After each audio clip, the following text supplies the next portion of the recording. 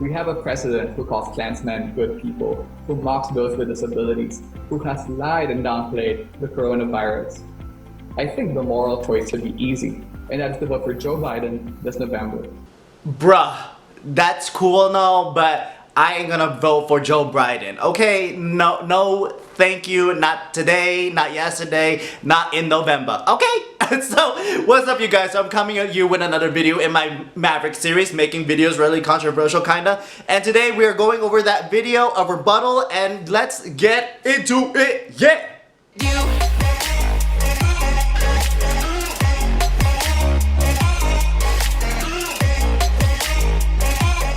But first, if you're new to my channel, what up? My name is Mitch, Maverick Mitch, hey Mitch, all the Mitches, and pretty much I like talking about what I like talking about. So, current events, reviews, and pop culture within the scope of entertainment, culture, and purpose. So again, I love talking about what I like talking about. So, TV movie reviews, I just finished watching Agents of S.H.I.E.L.D. It was one of the better series finales ever. I want to do it on my second channel. And then obviously I talk about social political commentary on this channel. So be sure to check out those videos as you're finishing this video. So let me first start off with the disclaimers because I don't want to just turn off all the people who are on the Biden camp watching this and like, oh, whatever, you're just gonna talk about Biden, whatever. Like, yeah, I will, but like, give me a chance. Watch the video and then make up your mind, okay? So be open to the idea that you might be red-pilled and I'm right. But okay, so just kidding. Please watch the rest of this video if you are please so inclined to do it. So, okay, so disclaimers. One, I get it. Filipinos, and I said this in other videos and I'll echo it again here, Filipinos are not a monolith. Yes, we have a vast range from people who are born in the PI is definitely different from Filipino American born, you know? Like, people who are born in Hawaii, grew up in Hawaii, is different from those Filipinos that grew up in Alaska, East Coast, Guam, whatever. So yes, the Filipino American experience is vast and range and we're not a monolith. I get that. So, cool. Two, going again with the monolith, I don't expect everyone to fall in line, okay? So this isn't about like, hey, you have to go join on my side. I want you to be free thinkers, right? I want you to be choosing your decisions upon your choices, right? Not because of the choices someone made for you, right? And that kind of goes into this video, right? Like, the purpose of this video is less of a, it's more of a rebuttal versus a debunking, right? Because this is just me talking about his stances and all that stuff. By the end of the video, if you want to stick to your stances, I guess that's up to you. But so if anything, the most important thing that I'm asking of you, I'm not asking you to like Trump, okay? No, by all means, you can hate him for all his worth, but what I am asking you is to question the narrative. Question everything that is brought to you, whatever Biden campaign, Trump campaign, whatever. Question the narrative, okay? That's the biggest thing that I'm gonna go into. Question mainstream media, question propaganda, question all the Facebook posts, all the memes, question everything. Research, do everything yourself. Okay, so again, this is a video from the Biden camp. It's brought to my attention, and then pretty much I want to do a video about this because it was good content, especially at the end. So it's a person, Peter Joseph Torres. I don't know who he is. I tried to look him up, at least on YouTube. He doesn't have a channel. He's just working, I guess, for the campaign, which is cool. Okay, so obviously you're welcome to have your own opinions and everything, and I'm pretty sure he was coached with this, which is fine, totally fine. But again, I want to go into all his points. Especially with the last point, because I think that's the most that's where my bread and butter is. So we gonna go into it. So real quick, before I put into what his points are, I think it's one thing I do want to highlight is that our priorities are totally different. You know, he's gonna be talking about like housing and student loans and everything, and then I think on the more conservative side, we are more concerned about like the riots that's happening, the destruction of the American way of life, the Marxist ideology infiltrating everything. And so again, our priorities are different, and again, it is like that I feel like he's going off a point as if this was 2016, as if everything's okay, but it's 2020 and it's not okay. Hello there. I have 6 reasons as to why I will be voting for Joe Biden this November. Number 1, housing. Biden will invest an additional $640 billion over 10 years so that Filipino families can obtain stable housing located near excellent schools and businesses with employment opportunities. Number 2, student debt.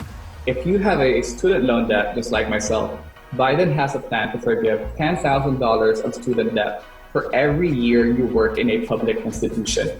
This will encourage graduates to apply for important but low-paying jobs such as teaching. Number 3, support for Filipino veterans. In 2009, Joe Biden helped secure the votes for the American Recovery and Reinvestment Act, which finally delivered long-awaited compensation to Filipino veterans and their families. Now, Joe and Jill Biden understand the family sacrifice that comes with deployment. Joe's son, Beau, was awarded the Bronze Star Medal before passing away in 2015.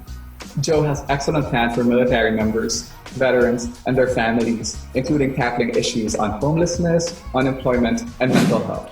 So his first 3 points is housing, student debt, and Filipino veterans. Okay, so there's a lot of things going on there. Not really my priorities, especially when it comes to student loan debt, whatever. I think that for me personally, like if you decided to take out a loan, you took out a loan. And so me, myself, I went to the Air Force and helped me find a career in which I could like pay off those loans. And so I'll be like, and I think there's also an idea there. You don't have to go to the traditional route and going through the universities. If you want to go to the trade schools and everything, I think people have been going, that people are starting to realize the whole university, traditional going to the university system is kind of like problematic.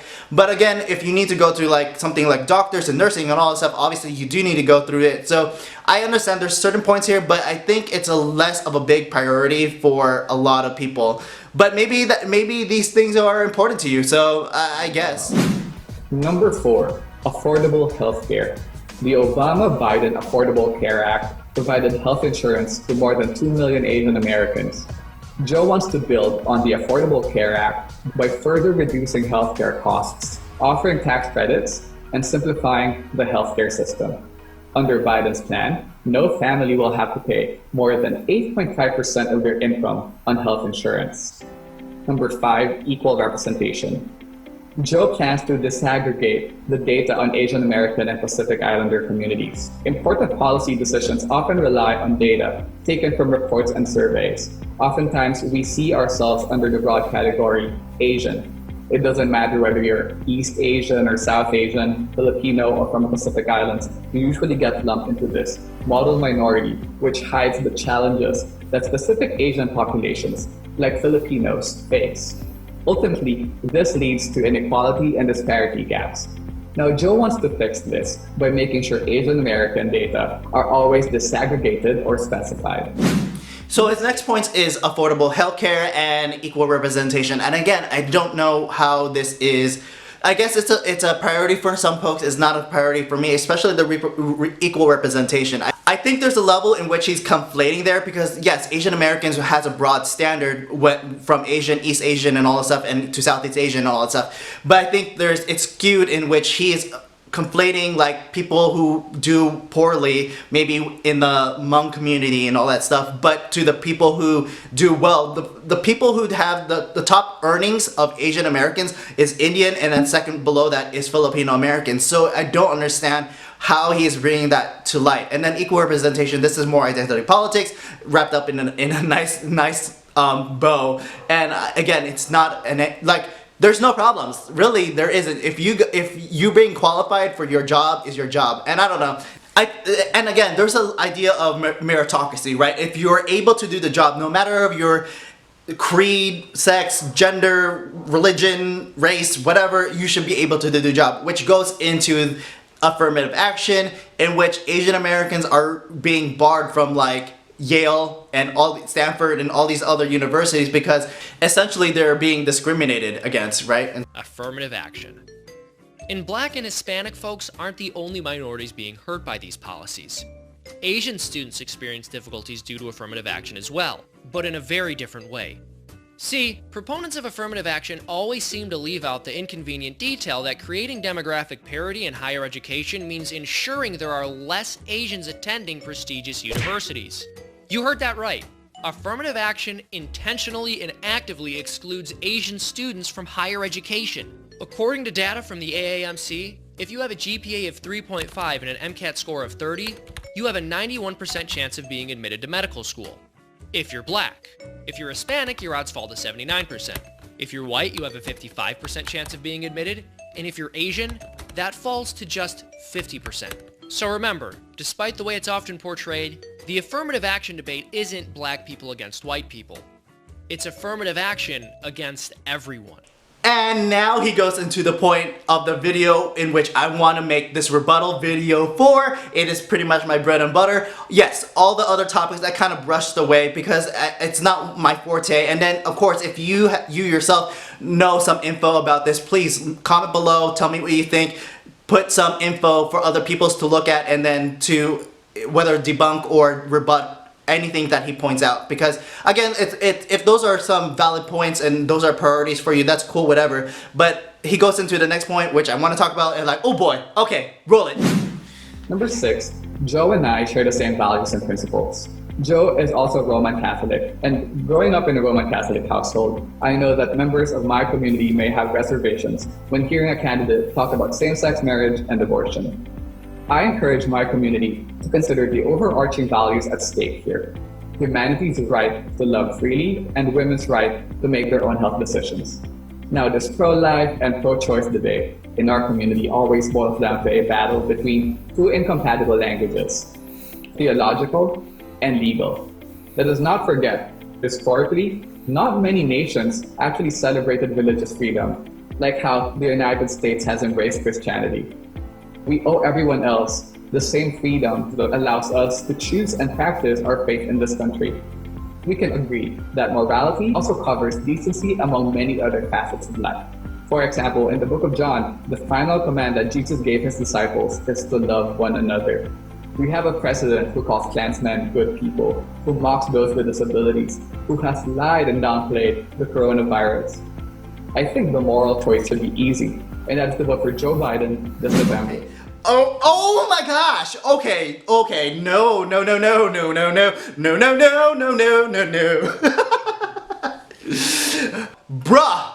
Bruh, okay? Hold up. Hold up. What? Like, no.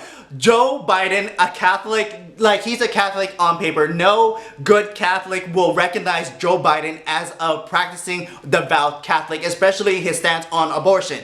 Okay? No, abortion is anti-Eucharist. Abortion is the antithesis to the Eucharist. The Eucharist is essential. Essential. It is essential. The source and summit of our faith. Okay, oh my goodness. Okay. Let's backtrack here. Again, I am so hyped right now because this is when he said this in the video. I was like, oh, I got you. Like when he, yo, I am so hyped right now because this, when I heard this in this video, I'm like, I gotta do a video. This is so so stepping a little back. Let's go with the first portion. Like, okay, so there's an idea in which conservatives don't like the LGBT whatever, and prior to 2015, sure, but I think after love wins, a lot of conservatives walk that back. A lot of conservatives have a libertarian view on that, in which like, you do you, as long as you're not infringing upon my life. And that's why a lot of conservatives have a problem with like pronouns and everything, because now you're enforcing your ideology onto our way of life, and now we have a problem. But if whatever you do behind closed doors, it's in a way fine, you know. Obviously there's like caveats to that, because if you're like murdering someone else, obviously that doesn't pertain to this.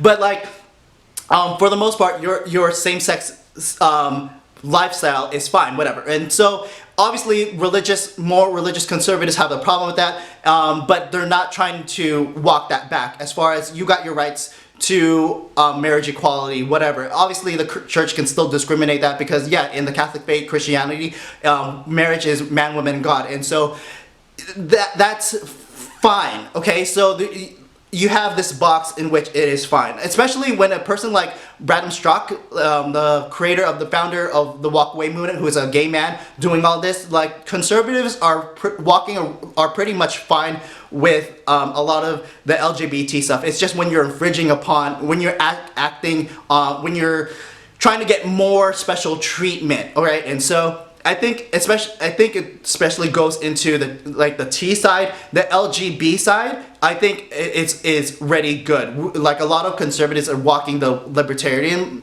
perspective on that. Like, you do you, like, as long as you're not infringing on my life, right? If you're a Filipino Democrat, and then that portion is no longer concerned. And like, obviously there's the religious aspect in which that's a whole different conversation, but as far as political party goes, it's fine. So one good point that I found from Sheila Bustamante, which she posted on her walkaway testimony, is that Trump nominated Patrick Bumate as a district judge of the Ninth Circuit. So he's an openly gay male. So Trump like endorsed or nominated whatever Patrick Bumate for a judge. So that whole sequence is, if anything, that's done, debunked, whatever. You can't use that anymore. So now you're going into the abortion stuff as a Catholic, which is a hell no. No. Like, I'm hella pro-life, and like, I'm a one-issue voter, and I'm voting on pro-life, right? And so it's if you want to look at it at a scientific level, even then, like, you have a personhood, you have your own DNA, you are, like, whether it's at conception, which is scientific, right? It goes all the way. Now, it's crazy because the Democrats are pushing up until 9 months. This is not the Democrats of the 90s, which is safe, legal, and rare. It is on demand. This is celebrating your abortion. People saying like being pro-choice is not being pro-abortion. No, yes it is. Like, when you got people saying, I scream your abortion, shout your abortion, celebrate your abortions, it is. It's becoming really demonic. God bless abortions and God bless America! It's like an abortion don't rush challenge. You don't believe me? And introduce. Wake up, scream. I'm in a twisted reality. Twisted.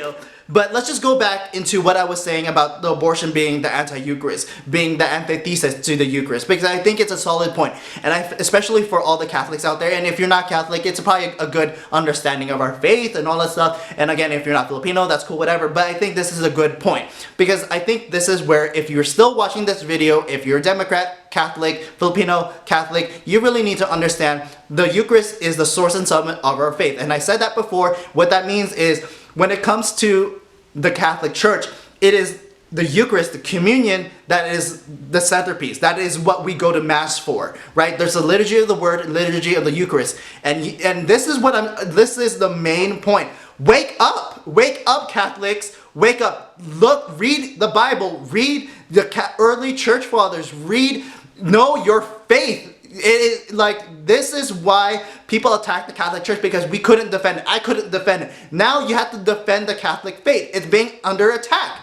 Like, my Marxists, people are burning our churches and desecrating our icons, desecrating Mary, desecrating Jesus. It is a problem. Now, that is a week. I'm going to go in. Okay, so that's a different segment, because those people are being endorsed, enabled by the Democrats. That's another subject. You look into it. But like, okay, going back to the Eucharist. So in the narrative that the left pushes, my body, my choice, is a direct opposite to what Scripture says. So John 6:3, when Jesus said to them, "Very truly I tell you, unless you eat the flesh of the Son of Man and drink his blood, you will have no life in you." Likewise, in Luke 22:19, he took the bread, gave thanks, and broke it, and gave it them, saying, "This is my body given for you. Do this in memory of me." So again, when the priest when the priest consecrates the Eucharist, bless the Eucharist, right? He says that in persona Christi.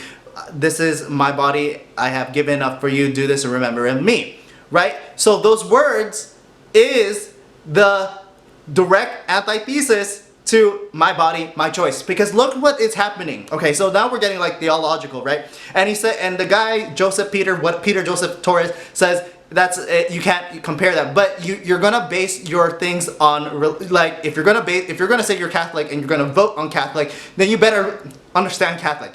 And so anyway, so those words like my body, my choice versus Jesus, this is my body I have given for you. He is, okay, so Jesus is sacrificing who? His body, his life, for whom? For all of us, for all our salvation. Now, so when the left says, my body, my choice, what is being sacrificed? The child in the womb. You can say fetus, you can say baby, you can say unborn. It is the child of the person that is carrying it. It is the product of a man and woman inside someone. It's your child. Your child.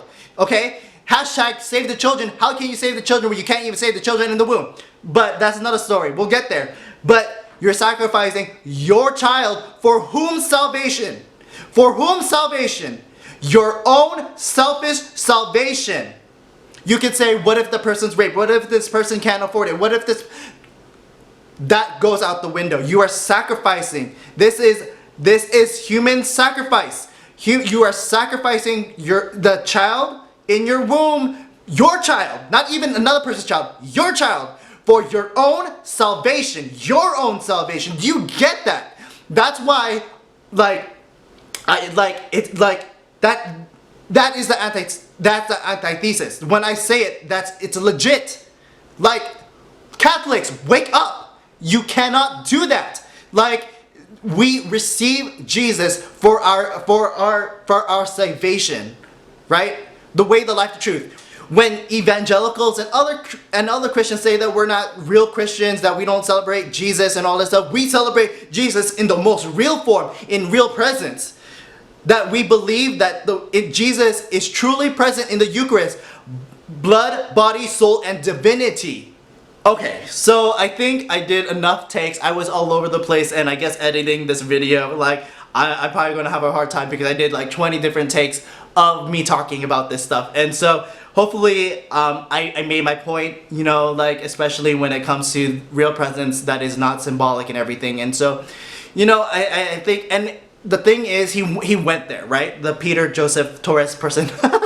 When he went there, like, he went for the abortion and Catholic religious stance, right? And that is a no-go, right? You can still debate on it on the science side, and there is a level in which, sure, there's a moderate stance in which, okay, the person is not religious. There's, what about rape, incest, health of the mother? Those are good conversations to have, but understand that the Democrats are pushing it to up until birth, and then even after birth. Because, right, Governor Northam in Virginia said, like, after birth, right? And roll that, I can possibly pull the clip of it. There's just a lot, like, if you are watching this and this is new information to you, you need to dig and research about the history of Planned Parenthood, the history of Margaret Sanger. Like, the Margaret Sanger, oh my goodness, she was a eugenicist. Talk to the the KKK. Like, I'm learning about this in 2018, right? There are people learning about this as of yesterday, right? And so, there's a lot out there you need to do research and find out that the Democrats are not telling you, right?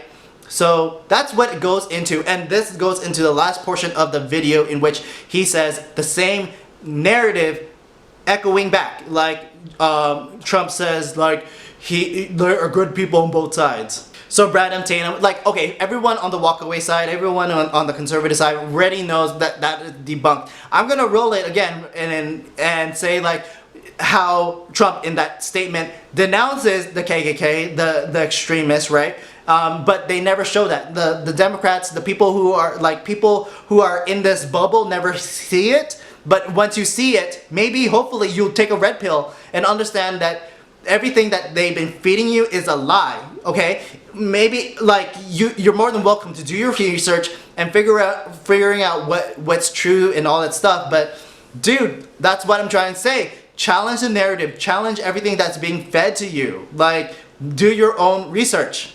Been running with this same scenario and BS crap. Everybody's been running with it. Now I want you to hear what President Trump actually said. Roll the film.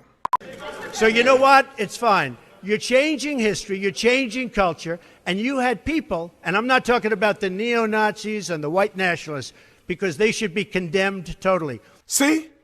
See? I told you.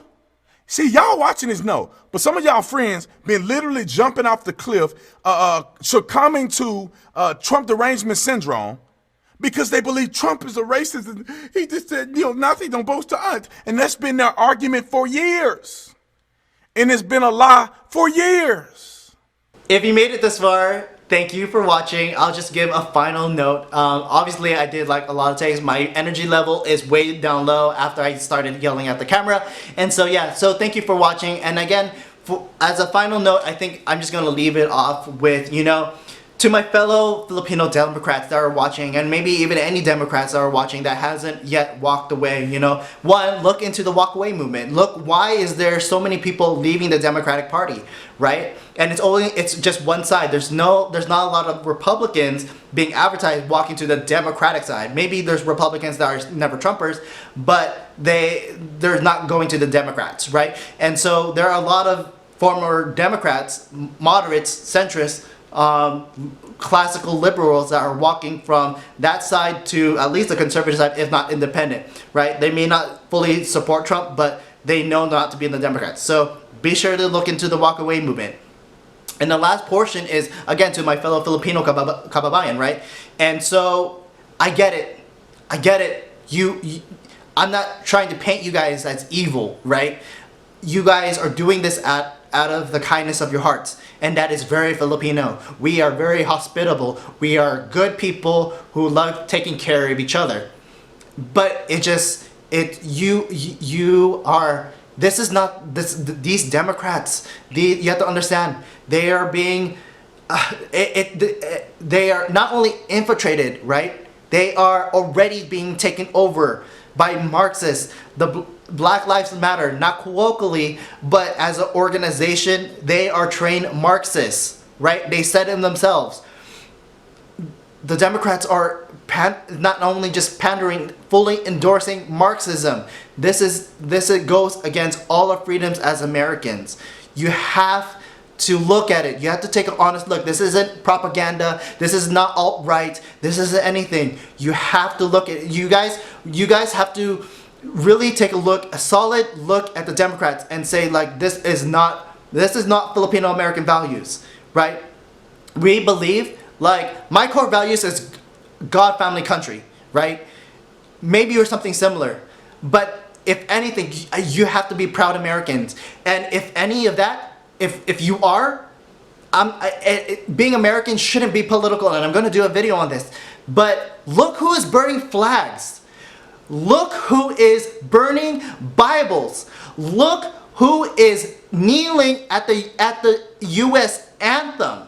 This is not a protest. This is un-American. There's an idea in which there is a protest, but it is co-opted, taken over by leftists, by authoritarianism. And so you guys, whatever Democrats that you think these are, is not it. It's not. And again, I'm not asking you to support Trump. You can think of it, he's a horrible person. But if anything, he's strong against China. I'm not saying China as in Chinese people. He's against the Communist Party of China. That the Communist Party that has all our industry, has all our medical, has concentration camps on the Uyghurs. And this is not good people. Hong Kong is being taken over by China. Freedoms is being lost by China. Like, China is infiltrating the US through TikTok, and I'm not trying to be conspiratorial. They are stealing our data. They're stealing and using this as intel. This isn't World War II anymore. This is a different kind of war in which it's subterfuge. Okay? understand, like, I'm going in, like, this is not conspiracy, okay? China, Pelosi said China would prefer Biden. Why is that? Why is that? It's because China's taking away the jobs. Dude, if, again, you got to question the Democrats. Like, you may have reservations about the Republicans. Fine, good and great. Like, if you are against corporation and establishment, good, great, whatever. You may have problems with that. But you gotta look into the Democrats, because they are destroying, they speak of one Democrat who has denounced any of the riots, not peaceful protests, the actual riots. 80-something days in Portland. You have Nadler who is saying Antifa is a myth. You have Hirono saying Antifa, she's not gonna credit it when asked by Ted Cruz. They're not gonna denounce the destruction that is happening in Portland to America. They won't denounce all these people asking for reparations and asking for, give me your houses because these are gentrified neighborhoods. Give me your houses out of the Black Lives Matter. This is not the ones that actually like Black Lives Matter. This is about power. Those who are already watching understands my point. Hopefully, if you are a questionable Democrat that you stuck out to this final point, and like I said, hopefully there's 1 ounce of red pill that's in front of you that you might have to like, what is this about? And you take it. And then I welcome you. Okay, so I don't want to be hella dramatic, but I'm just trying to like make some content here. So I don't want, okay. So that was just me being in my rant. So, but yeah, okay, cool. Thank you for watching. You can follow me on my Instagram at HeyMitch. You can follow my joint Instagram at It's Mandatory Fun, where I do other videos with my friend Jen. I'm also on Parlor, Maverick Mitch. And then thank you for watching. See you in the next video. Peace, peace, peace. Be with you. Ikaw Espiritu Tuo. I ain't feeling lonely, and I wanna admit it's time to end the ride. Fading it too slowly, with those gonna lift me up this time.